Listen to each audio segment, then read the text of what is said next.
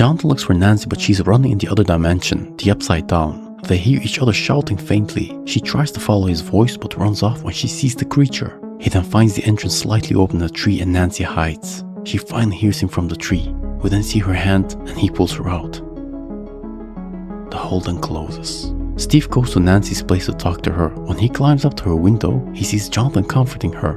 Hopper tells Joyce what he witnessed in the lab. He saw a stick drawing with the number 11 on it. He then tells her about Terry Ives, who sued Brenner and the government because she lost her daughter Jane. He then wonders if he's been chasing another kid instead of Will.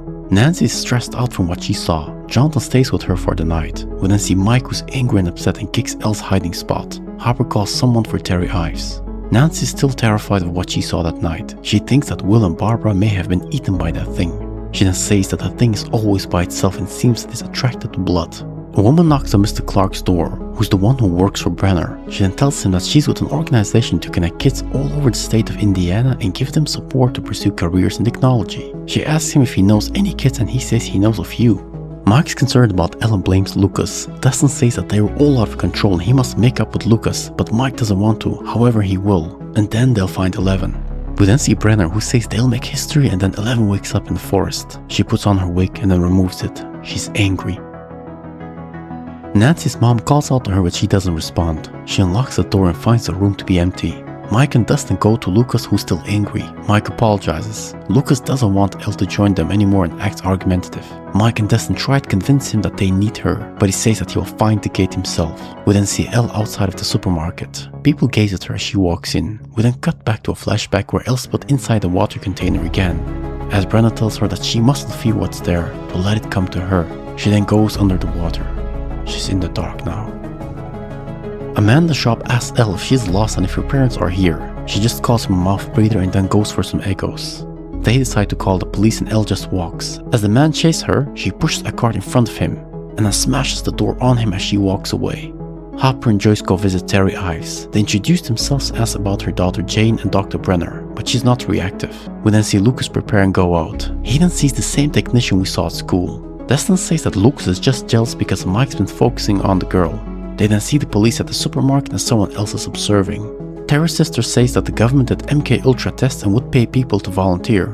Terry volunteered but didn't know that she was pregnant at the time. When Joyce asks about pictures of Jane, she says that Terry miscarried in the 3rd trimester. She kept a room for 12 years pretending Jane's real and would come back one day, a girl with abilities. So Terry claims that Jane was taken away by the government to train her to fight the communists. Lucas arrives at Hawkins Lab and sees his compass acting up. Jonathan and Nancy buy some tools and then see a bear trap. Outside, a car passes by and a guy says that he can't wait to see her movie. Nancy runs up to somewhere and we see that slurs about her have been written on the cinema sign. They then hear something and it is Steve and his crew. She slaps Steve and says that nothing happened. Steve says that Jonathan's a screw up like his parents. Jonathan then punches him. They then begin fighting and Jonathan punches Steve many times. The police then arrives. Jonathan pushes away the officer. The guys flee and Jonathan's put into cuffs. Joyce is afraid that she'll never find Will, but Harper tells her not to lose hope as Jane has been seen. Harper then gets a call about Jonathan. At the station, Nancy's told that Jonathan will be in custody and he did only such an action for love. She then puts some ice on Jonathan. As Elle's eating, she hears the boy shouting out her name, but suddenly the 2 bullies appear and one has a knife. The boys then run off and they're chased. Lucas continues to search the gate. He climbs a tree and looks into the lab. He then sees the Hawkins technician van he saw earlier. The boys are surrounded and then the boy grabs Dustin and wants to know how Mike made him pee his pants. Dustin says that the friend has superpowers, but the guy says that Mike must jump into the water or he'll cut Dustin. Mike then agrees and goes up to the water. It is huge and deep.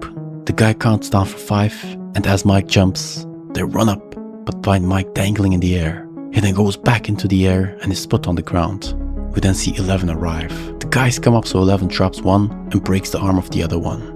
They run off and as Destin shouts at them, she faints. We then see a flashback in the black space. She sees the creature eating at something and approaches it. When she touches it, it turns around and she begins shouting. The wall begins breaking.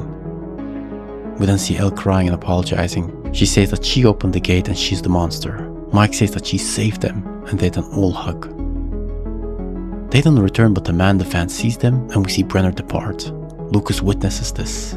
The kids enter the house.